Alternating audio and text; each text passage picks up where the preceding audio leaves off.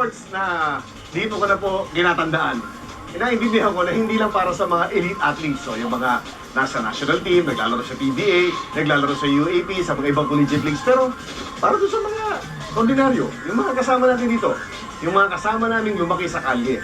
Para sa inyong sports. At ngayon pong araw, magpapaalam ng Sports Pilipinas.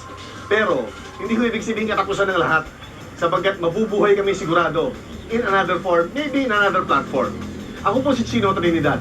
Ito ang aming pasasalamat mula sa Sports Pilipinas.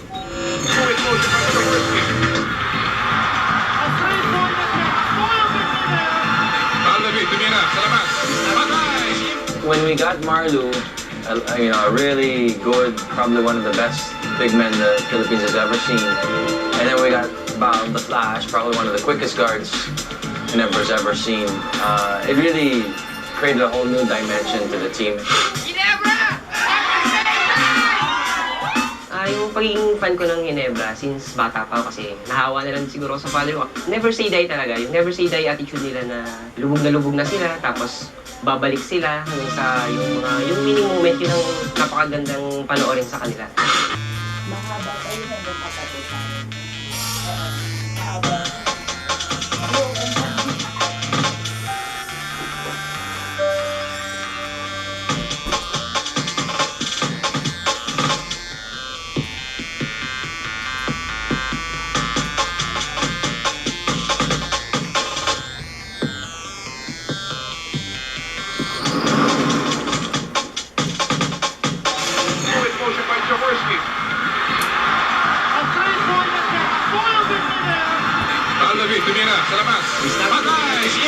Pero patay yung dito. Yan yung panahon ng aerial corridor. Haririnig nyo ba? Hiyawan dito. Ang tataas ko daw. Ito mo lang! Nakanak-connection! Kumbaga sa palabas sa sinihan, mala FPJ ang mga ito. Yung tipong magpapapugbog muna sa simula, pero sa huli, nagagawa pa rin patumbahin ang kalaban. Tumabo na nga sa takilya ang ganitong eksena. Huling-huli na talaga ang kiliti ng mga Pinoy na mga malasinderelang istorya. In action, sa loob ng hardcore.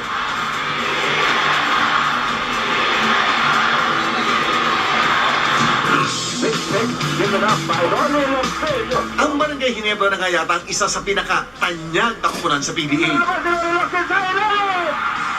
Balikan natin ang paglalakbay ng barangay at ilan sa kanilang mga labang tumatak sa nakalipas na panahon.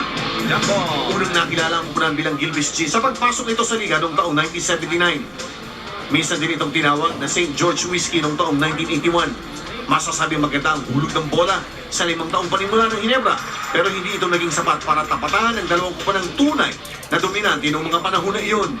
During that era, I don't think there were any teams more popular than Toyota and Crispa. So syempre, Ginebra was a struggling team. Pero naiba ang ihip ng hangin na magdispa ng Toyota Super Corollas noong 1984. Nalipat sa bagong kupunan ng beer house ng mga manlalaro nito, habang ilan na may piniling mapasama sa jeans. Isa na riyan, si Coach Sonny Jaworski. Nung parang nawala ang Toyota, eventually nawala rin ang Crispa, there had to be some team na papasok to take over the popularity of a team that would be successful for the league. Taong 1985 nang ganap ng tawaging Ginebra San Miguel ang kupunan. Bagamat bigo makapasok sa finals ng 3 conference, sa taong ito, una raw ipinakita ng Ginebra kung bakit sila binansagang never say die. Sonny really felt that. May iniindaman, bumalik sa laban sina Big J at sa huli nakuha pang maipanalo ang kupunan. Yan ang sinasabi yung attitude na matapang, nauuna yung paglalaro bago ang sarili. You know, you could be injured but not physically disabled na hindi ka na makakabalik sa loob ng court. Sa unang pagkakataon, taong 1986, sa wakas ay nakuha na ng crowd favorite ang kanilang matamis at kauna-unang kampyonato kontra sa nooy Manila Beer. They had 2 very good imports. Eventually, the guy known as Black Superman played for them. That was Billy Ray Bates. And the other guy was Michael Hackett. That was a very tough team and very difficult to beat. May split, Guts and Jaworski Park.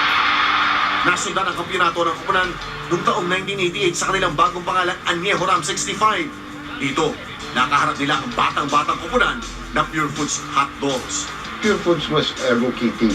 However, they came in with a lot of good players from the amateur to feel the emotions of the game as well as the crowd.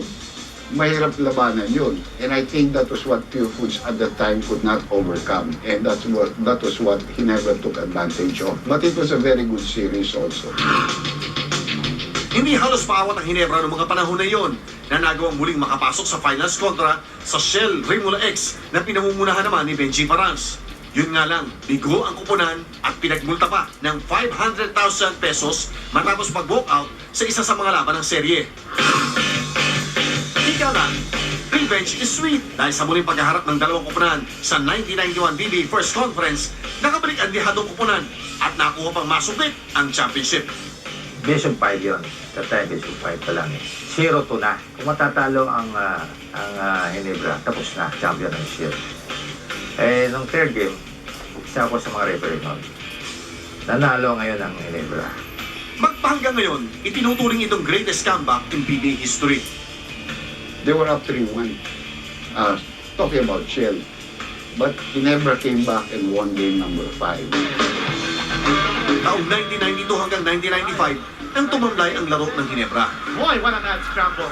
Well, because most of their players began to get older, they started to fade away. You know, a team, it's not easy to keep a team intact. Pero hindi naglaoy. Muli silang nakabalik sa pagpasok ng mga bago at malalakas na players tulad nila Marlo Aquino, Val David, Noli Locsin at Vince Sison. Matapos ang 6 na taon, 1997 nang muling naging maingay ang Gordon's Gin na makamit nila ang kampyonato kontra sa Grand Slam team na Alaska. When we got Marlo, a really good, young, energetic, big man, and, probably one of the best big men the Philippines has ever seen. And then we got Bal, the Flash, probably one of the quickest guards Ginebra's ever seen. It really created a whole new dimension to the team. When it came to 97, putting all those pieces together, it was still a big challenge, of course, because, andun na eh. 1998, nang iwan ni Jawo ang kupunan upang pasukin naman ang mundo ng politika. Malaking impact ang pagkawala ng haligi ng Barangay Ginebra Kings sa resulta ng kanilang mga sumunod na conference.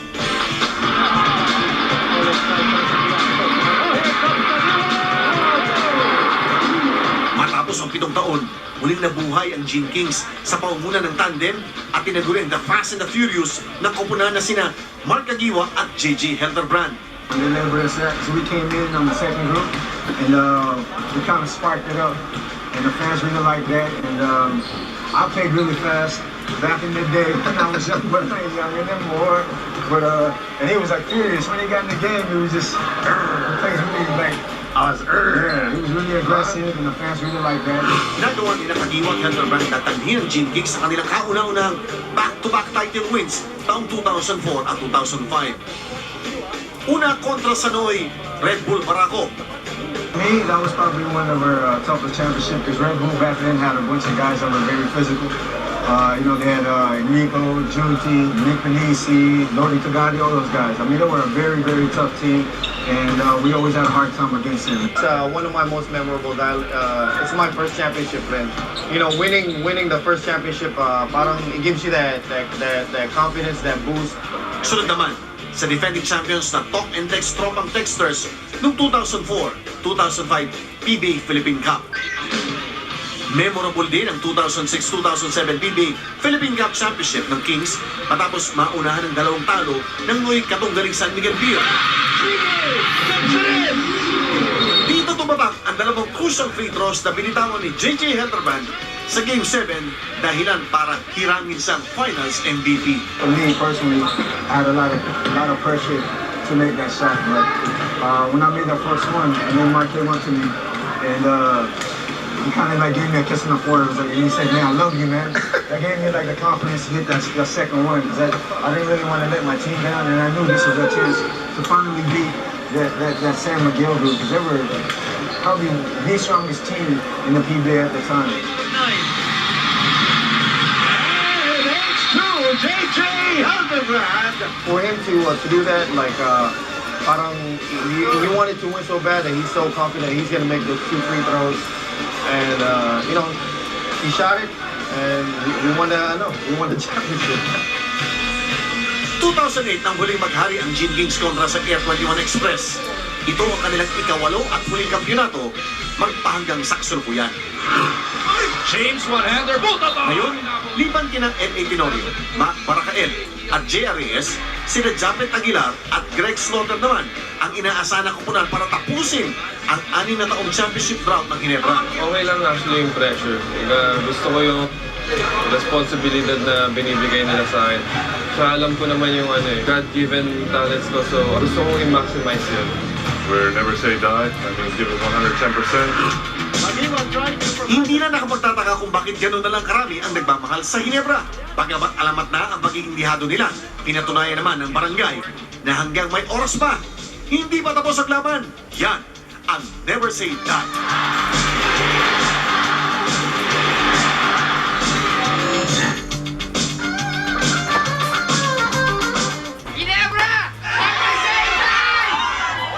Yung pagiging fan ko ng Ginebra since bata pa ako kasi nahawa na lang siguro sa father ko. Never say die talaga. Yung never say die attitude nila na lubog na sila tapos babalik sila hanggang sa yung winning moment, yun ang napakagandang panoorin sa kanila.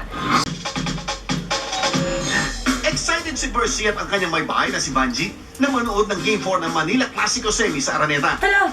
Die-hard fan ng Barangay Ginebra si Percy o mas kilala sa tawag na Cap Percy dahil sa pagiging leader niya ng isang grupo ng mga die-hard Ginebra fans.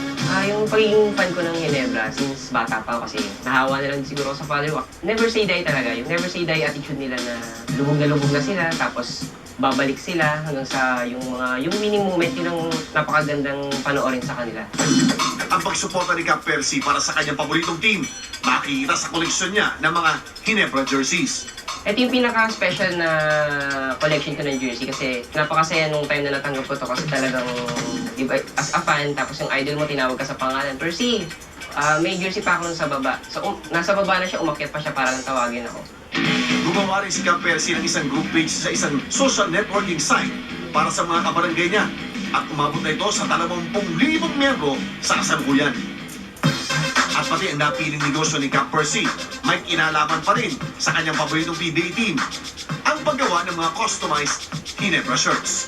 Actually, tatlong design lang kami. Yung lahing Ginebra, yung ganito, tsaka Ginebra basketball, tsaka yung mga image ng mga paborito nating Ginebra players. Suot ang proudly made nilang Ginebra shirts. Maya-maya lamang ay nagtungo na ang mag-asawa sa Araneta. Never say die, Ginebra, forever. Galing pa kami sa Mindanao. Ito, nanood lang talaga kami ng Barangay Ginebra. Mananalo kami. Sobra, mananalo kami. Hanggang dulo na to.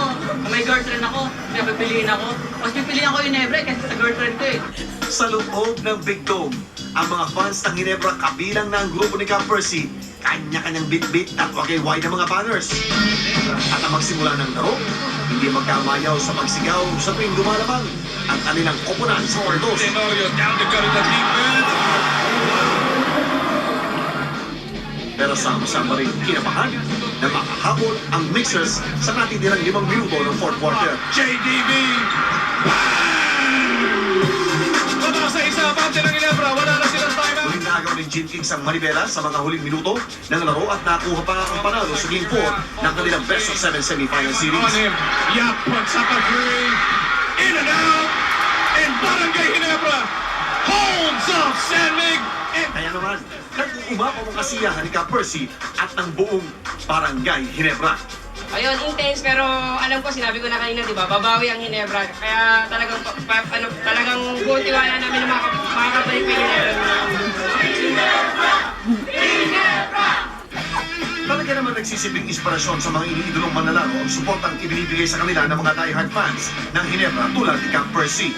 Hey, yo, Percy, man, from the bottom of my heart, I just want to say thank you so much for the support you've given me, myself, and the Ginebra team. Thank you for being so genuine and for always supporting us through thick and thin. Like I said, you're the true definition of a diehard Ginebra fan, man. Love you, man. Thank you. At para kay Cap Percy at sa libo-libong tagahanga, ng Barangay Ginebra. Hindi lang daw natatapos ang never say die attitude sa loob ng court. Taglay din nila ang ugali ito maging sa pakikibaka sa tunay na buhay. Ginebra!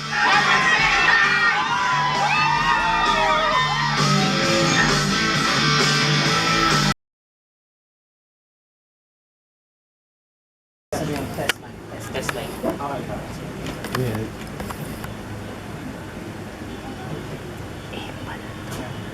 Tare. Bawas-bawas daw konti.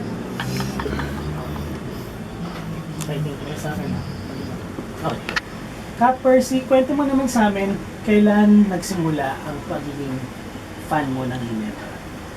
Yung pagiging fan ko ng Ginebra since bata pa ako kasi nahawa na lang siguro sa father ko kasi nung bata ako naglalaro pag uwi ko ng bahay gusto ko manonood ako ng cartoons pero nanonood sila basketball. So nung nakita ko yung Jaworski yun, syempre nakaka-amaze kasi yung lalo na yung mga history na nagawa niya. Pero yung nawala ko sa sa pagiging fan nung naging busy ako sa pag-aaral. Tapos nagbalik ako nung makita ko yung The Fast and the Furious. Sabi ko grabe tong tandem na to. Doon nagsimula yung pagiging diehard ko ulit. Hanggang sa ngayon, nandiyan pa rin sila. Sinusuporta ko sila. Pero kahit may mga nawawala na player, Ginebra pa rin ako hanggang ngayon. Okay. So ano yung, specifically, ano yung nakita mo kay Jawo saka kay Mark and JJ?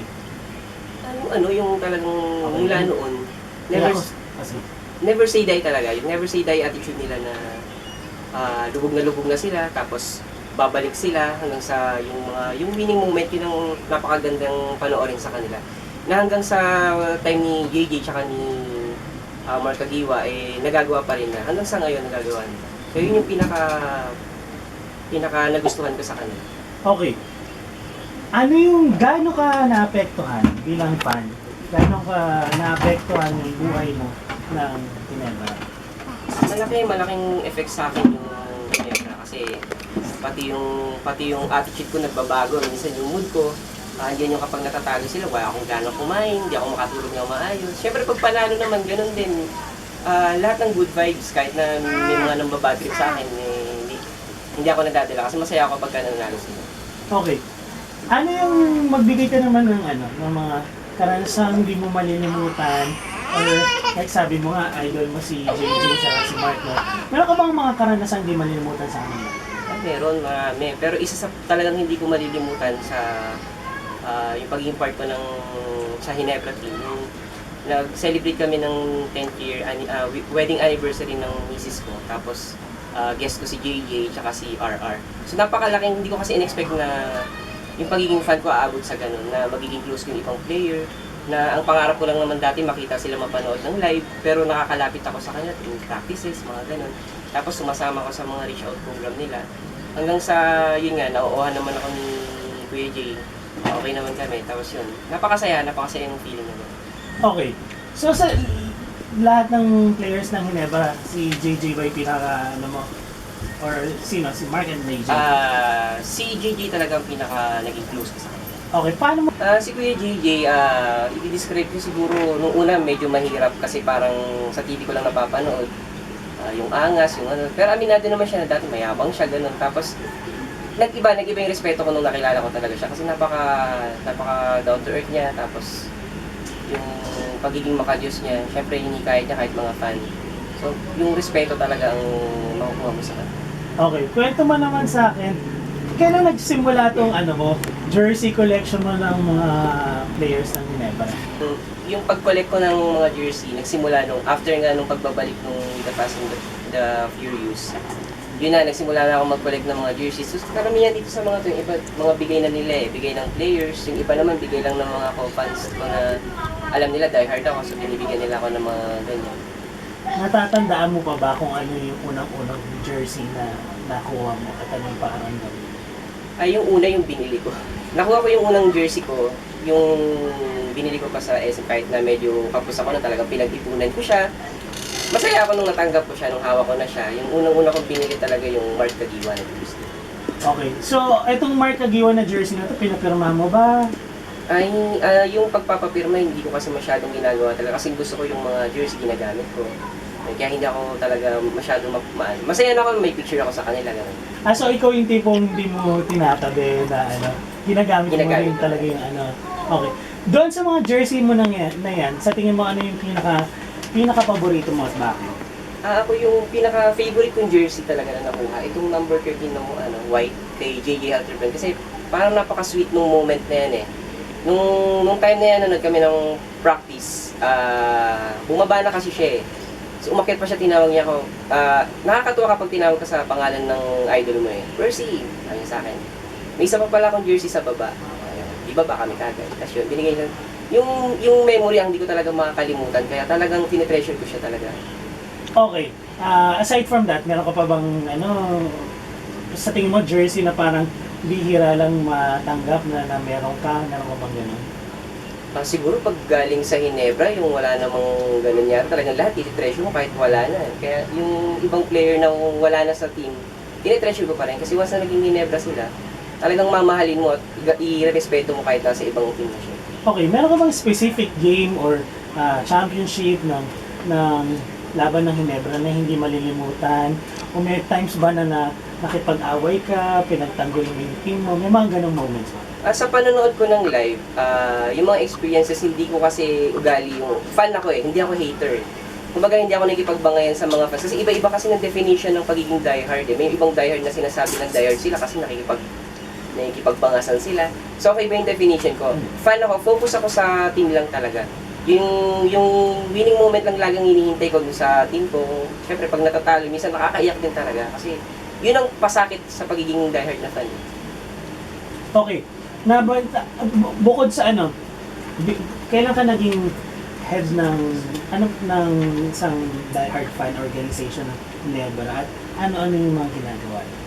Nagsimula ako ng pag-lead sa mga kapwa ko fans. Fan page pa lang. So pagka gumawa ka ng fan page, may mga magpo-promote sa'yo. So nung una, sa fan page ako naka-focus. Tapos nung nabuo yung group, mas nag-focus ako doon. Tapos doon ako nag-organize ng mga iba't ibang event. So nagsimula kami sa mga EB lang, mga eyeball. Tapos nagsiset kami ng laro. Tapos hanggang sa tumatagal na, sinasamahan ko na sila manood ng practice. Sama-sama kami nanonood ng live. Ang pinakamagandang nagawa ko siguro sa pag-lead sa kanila, yung bumuo ako ng isang liga. Liga ng basketball na pina-recognize namin sa team mismo para at least may support from them. Yun, maganda naman yung pagtanggap ng mga fans. So maraming na-build, maraming nabuo na friendship. So lumawa kami ng gusto. Napagbuklod-buklod namin yung mga fans. So kaya pagka nanonood kami, minsan talagang marami kami sama-sama kami. Halos kami rin yung nakikita sa Araneta.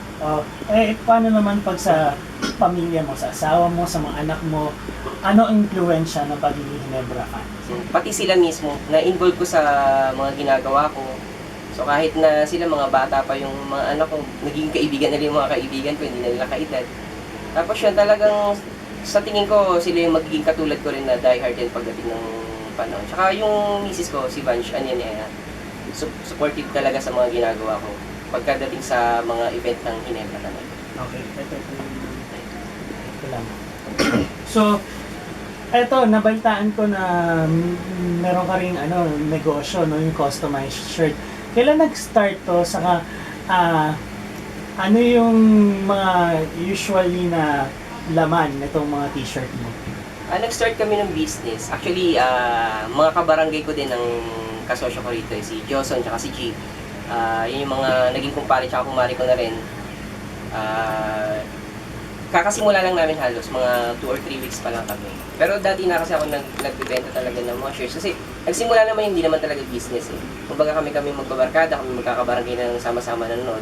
Nagpapagawa kami. Kaya lang pag nakikita kasi sa Facebook, syempre inaano nila na mag-produce ka pa kasi gusto namin para in din sila, parang ganon. So yung naisip namin yung Lahing Ginebra, yun din kasi yung pangalan ng group namin. Although yung pangalan kasi ng group talaga hindi naman palitan dahil 18,000 yung members eh. Barangay Ginebra Kings pa. Pero ang carrying name talaga namin, Lahing Ginebra. Okay. So, yung doon sa mga yung mga nilalagay sa t-shirt, sino nag-iisip at paano kayo lumalabas na ganyan? Sino nag-iisip? Sa umpisa nung gusto kong magpa-design, ako yung nagsasabi kung ano gusto ko. Since hindi ako masyado marunong mag-design, may mga kumpare ako na kabarangay din na tumutulong. So pinapagawa ko sa kanila, pasensyoso naman sila. Simple lang naman yung design pero maganda yung nagiging pagtanggap ng mga fans na nakakasama ko pala. Kaya dumadami pa rin yung... Ay, itong mga t-shirt natin na sinusuot na ganyan. Nakarating na ba to sa mga players? Na-appreciate na ba nila yun? Yung pag-amang ganyan mayroong pinapagawa kayong t-shirt na para sa barangay. Nakikita nila, tapos nasasabi na, nagko-komento naman sila, oy, nice shirt, na ganyan. Pero yung yung talagang, hindi kasi nila alam na ginagawang business, ganun. Parang akala na personal, pero syempre nakikita nila marami rin.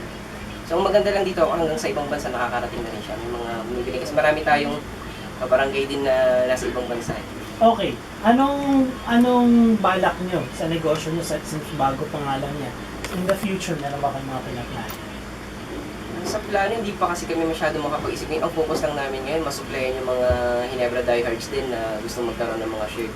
So sa ngayon, dalawa lang naman yung design namin, Ginebra Basketball tsaka yung lahing Ginebra. Yun lang ang pinapakalat namin sa ngayon para ma-recognize yung group na yun yung ginagamit namin. Okay. Sa tingin mo, ano pagkakaiba ng fan ng Ginebra sa ibang fan ng ibang PBA teams?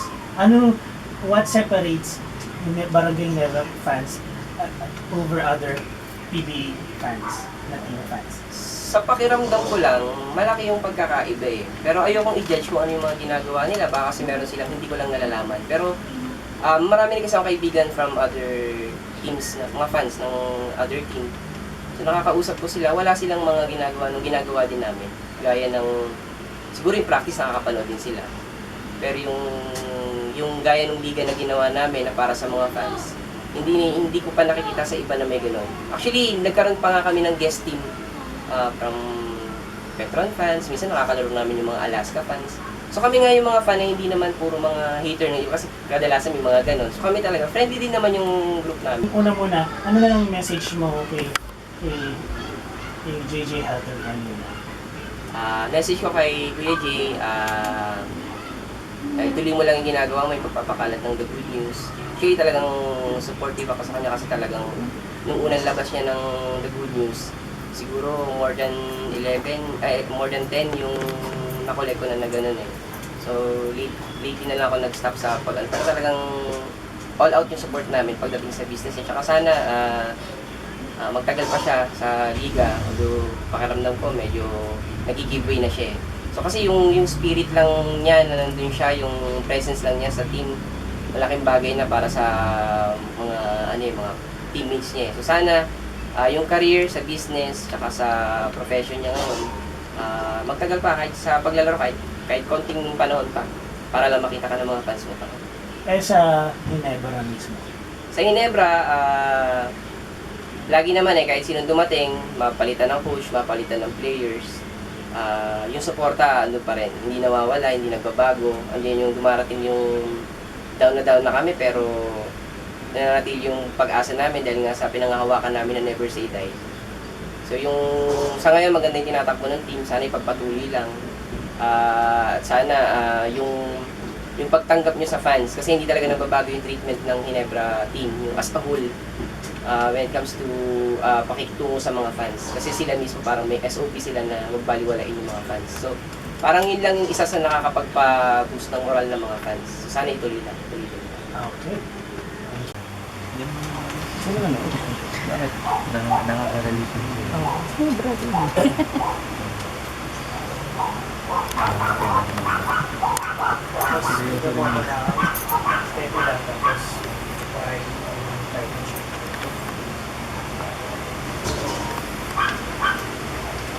Wala mo, papa din. Meron ka naman mga pictures sa Facebook mo about sa yung mga ligang dami, daan-daan na yung kailangan ko nung kukuha kami kasi selfie. Pakita mo ko yung magkalaban tayo. Para makita nila kung para ito panis mo.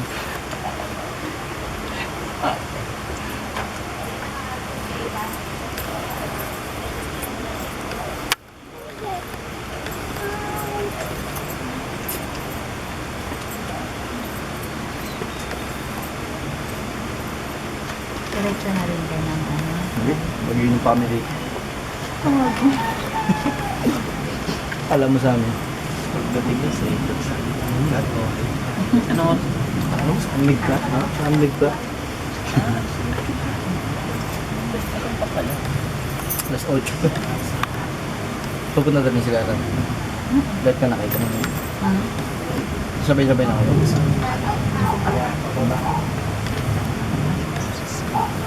naman ako. Mamirin pa kami rin.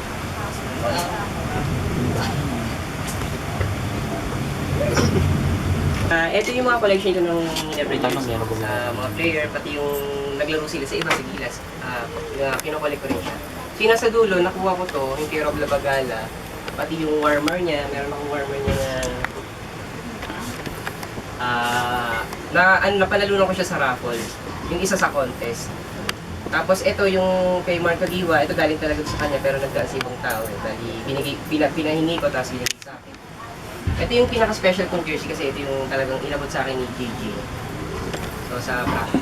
Ito yung pinaka-special na collection ko ng jersey kasi ito yung moment kasi napakasaya nung time na natanggap ko to kasi talagang diba, as a fan tapos yung idol mo tinawag ka sa pangalan. Percy, may jersey pa ako nun sa baba. So nasa baba na siya, umakyat pa siya para nang tawagin ako.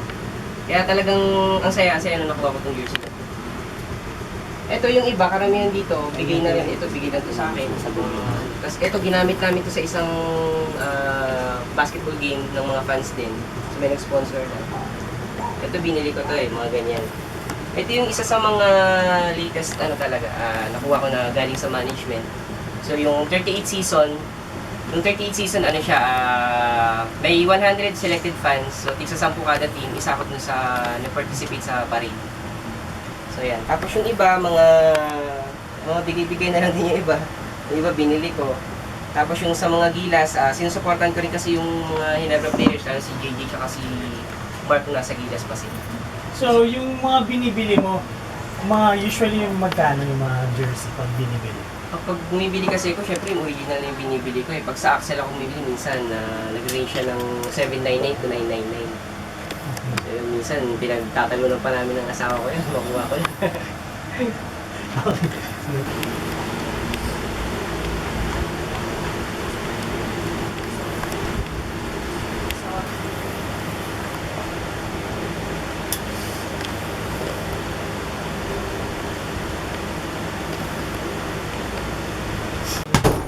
And stop, pose. Pose, kabila.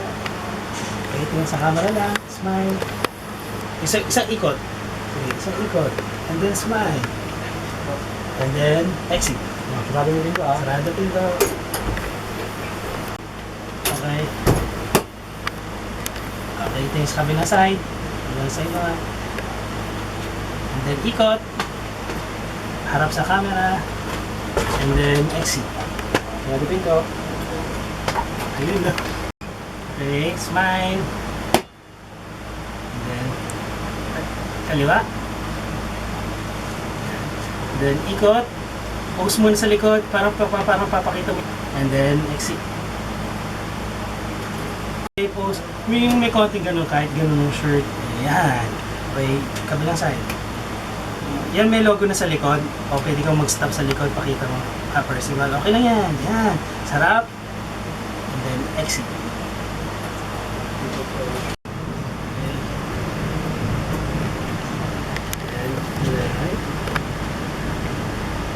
Ikot. And harap sa camera. Sige, harap na lang. Harap. Yan. And then exit. Pwede pa rin ito. Si Minitong Geronimo parang ba sa Marikina? Sa Baras. Wait lang. Medyo matanda na yung style na. Ano chapter?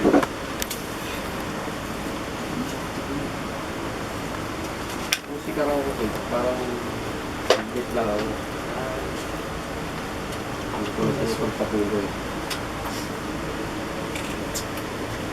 Ginagamit ito sa pag-print, Kuya. Cutter platter. Yun yung kinakat yung yung mga letra. Bago i-heat press. Tapos doon yung heat. Itong negosyo mo. Itong negosyo namin. Actually, may kapartner ako dyan, kabarangay din namin, si G. Soto at si Josan Villaflor. So napagkasundoan namin na magtayo nga ng business na related sa pagsuporta sa team namin na Ginebra. So nag-provide kami ng capital para mabuo namin yung pagbili ng cutter platter, tsaka heat press, printer para magawa namin to. So wala pa naman siyang wala pa siyang 1 month, so 3 weeks pa lang siya. So ito yung ilan sa mga binibenta namin, tsaka mga mabenta sa ginagawa namin. So tatlong design lang kami. Yung dahil Ginebra, yung ganito, tsaka Ginebra basketball, tsaka yung mga image ng mga paborito nating Ginebra players. So pinakamabenta talaga sa amin yung mga ganito na vinyl.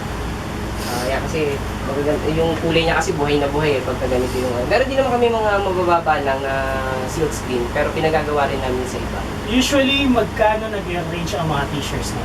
Ang t-shirt namin nag-range siya from 300 to 400. So yung nagko-customize din kami ng shirt, depende sa design, start siya ng 250 and up.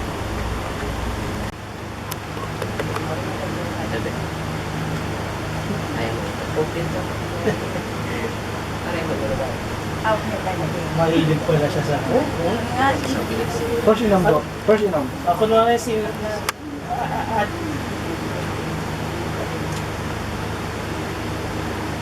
Mamaya ang gula mo nakita. Kasi sa kang ganito.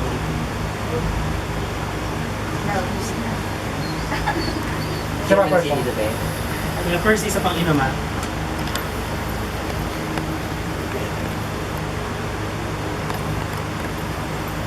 Tapos si ate, medyo tanggalin mo muna yung kunwari na ayusin mo lang ang buhok. Kasi gusto ko lang makita din yung t-shirt niya, yung kita. Kasi nahaharangan ng bitaw. Yan, tapos ay naayos-ayusan mo naman ang buhok. Yan, ganyan. Yan, naayos-ayusan mo siya. Hindi yan makikita yung Siya pa nga, ayos. 5, 4, 3, 2, go.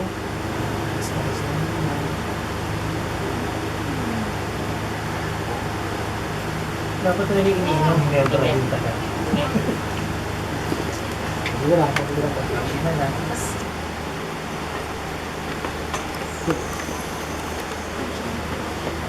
Grabe dumagok ng ito.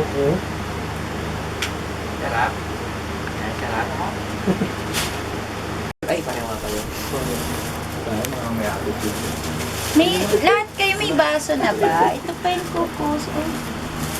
Ginebra? Saan? Ginebra? Umalis ba? Paano ba? Mas maganda nga magong morning. Ay, 3:30 tayo dapat. Sunday talaga tayo. O kaya mag-Bernardo na lang tayo. Ako na lang pa-Thursday.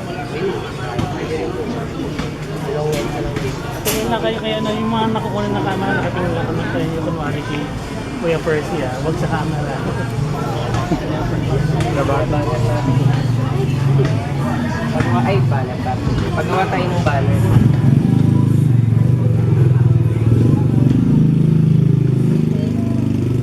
Maganda yung tela eh, para fit press din. Wala kasi fit press din yung tela. Okay na ba? Okay. Kuna ko kayo ng group picture dito, background natin dito. Tapos may nakahawak yung banner, nakalatag yung banner. Ano wala yung laing Ginebra? Kuya mo muna yung orange. Pwedeng yung pangalan muna, laing Ginebra, never say that. Sige. Okay, ready? Tambay, rolling. Laing Ginebra, never say that. 5, 4, 3, 2, and go. Laing Ginebra, never say die! May isa pa na mas, mas... Oo.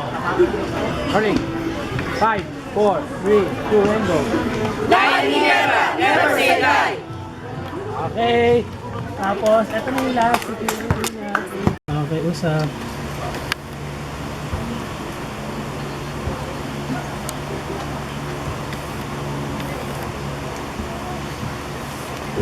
First, mamaya ka na person. Hindi lang ha. Wait lang, first. Wait lang. Mamaya ka na. Naki-ate kami. Parang hindi lang pa ulit-ulit paglagay mo ng gel. Siling ka mukha mo.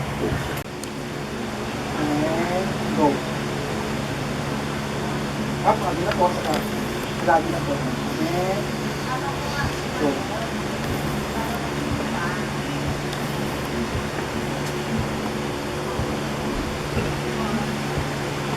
Ate, ako sabi nga.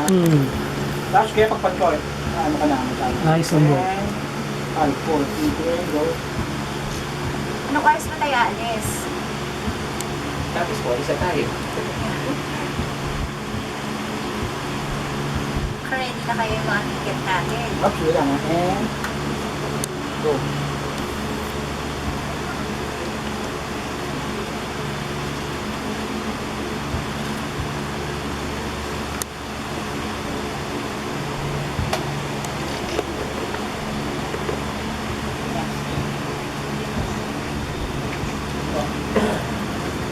Ano ba? Ito naman. Box naman. And, go.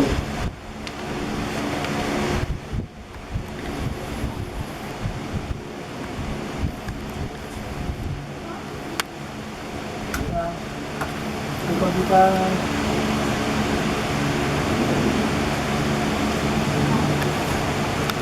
Hindi lang ha. Okay, okay go, ano.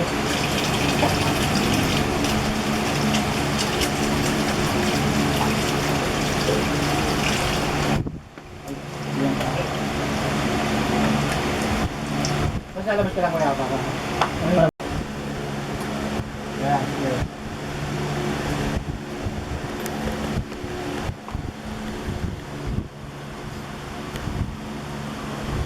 Sapatos muna.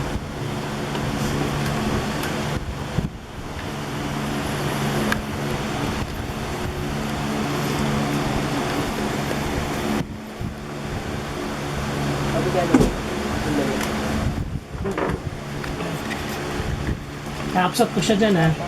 Absorb ko siya habang nagsasapatos ha. Sambal. Ako.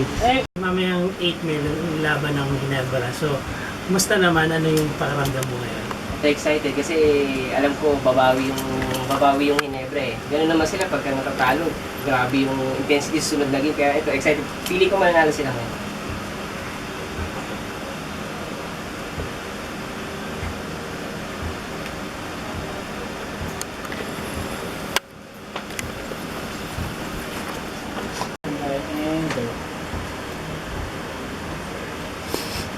Tapos tanongin mo siya kung okay ka na ba, itsura mo. Okay na po. And, go. Okay na ako. Okay na. Ready? Kasi tayo. Okay na. Please ka na lang ate. Tapos yung suklay. So, suklay. Tapos after niya parang, ayan, tingnan, parang okay na po, gwapo na ako. Actually, Alaska fan ako. Pero syempre, since diehard yung asawa ko, nahawa na talaga ako. As in, na-convert talaga ako as Ginebra fan. Talagang naging idol ko na rin sila, lalo nga si JJ. So, Ate Vange, maya-maya manonood kayo ng game ng Ginebra. Anong nararamdaman mo? Syempre, sobrang excited. Yan. Tsaka feeling ko talaga mabawi sila ngayon. Sapagkat tambak nila dati, ngayon naman. Talaga. Okay. Kayo, Ginebra ako, di ba?